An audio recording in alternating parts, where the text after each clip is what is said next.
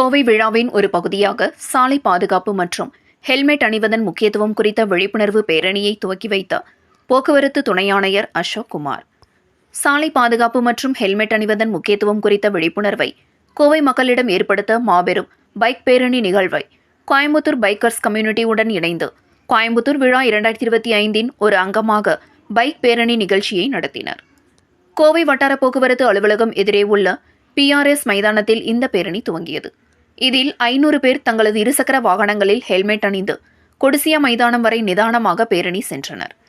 இந்த பேரணியை கோவை மாநகர காவல்துறையின் போக்குவரத்து துணை ஆணையர் அசோக் குமார் கொடியசைத்து துவக்கி வைத்தார்.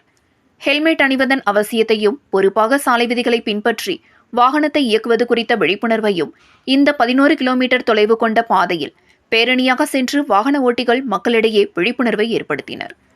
இளைஞர்கள் மத்தியில் உற்சாகத்தை ஏற்படுத்தக்கூடிய நிகழ்ச்சியாக இந்த பேரணியை நடத்துவதாகவும், இளைஞர்கள் மூலம் சமுதாயத்தில் விழிப்புணர்வை ஏற்படுத்த முயற்சிகள் எடுத்ததற்காகவும் இந்த நிகழ்ச்சி ஏற்பாட்டாளர்களை போக்குவரத்து துணை ஆணையர் அசோக் குமார் பாராட்டினார். மேலும் அவர் கூறியதாவது, வாகனங்களை வேகமாக இயக்குவது தான் பயணத்தை இனிமையாக்கும் என்று எண்ணக்கூடாது. அதை நிதானமாக இயக்கினாலும் அந்த பயணத்தை மகிழ்ச்சியுடன் அனுபவிக்க முடியும் என்றார்.